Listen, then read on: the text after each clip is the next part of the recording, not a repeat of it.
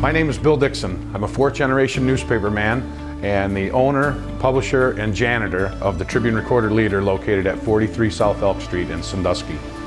I can't remember a time that owning the newspaper didn't burn in my soul.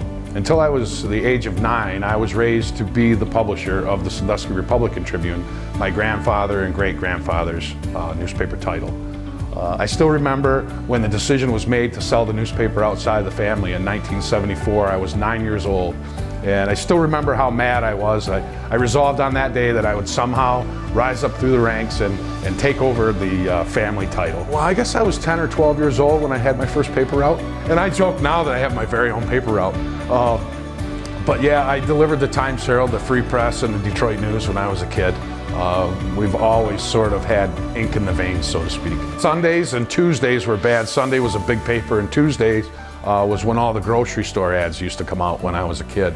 And those, you could only put about 25 papers in your bike at a time, so you spent a lot of time going back and forth to your garage to load up with the papers. I think I had 80 papers on my route. The newspaper published for about 11 years until it was lost in 1985. And it did make my dream of resurrecting and owning the family title a little bit more difficult, but never ever dampened my resolve.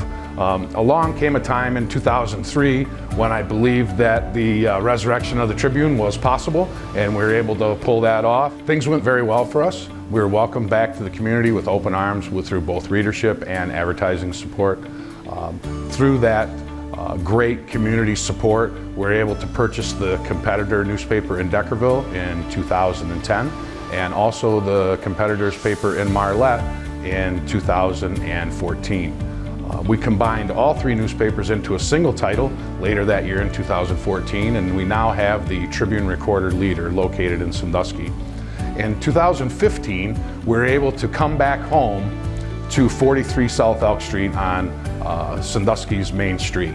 And that was very rewarding, as that was the building that had previously been occupied by both my grandfather and great-grandfather. It's truly our pleasure and privilege to serve you for years to come.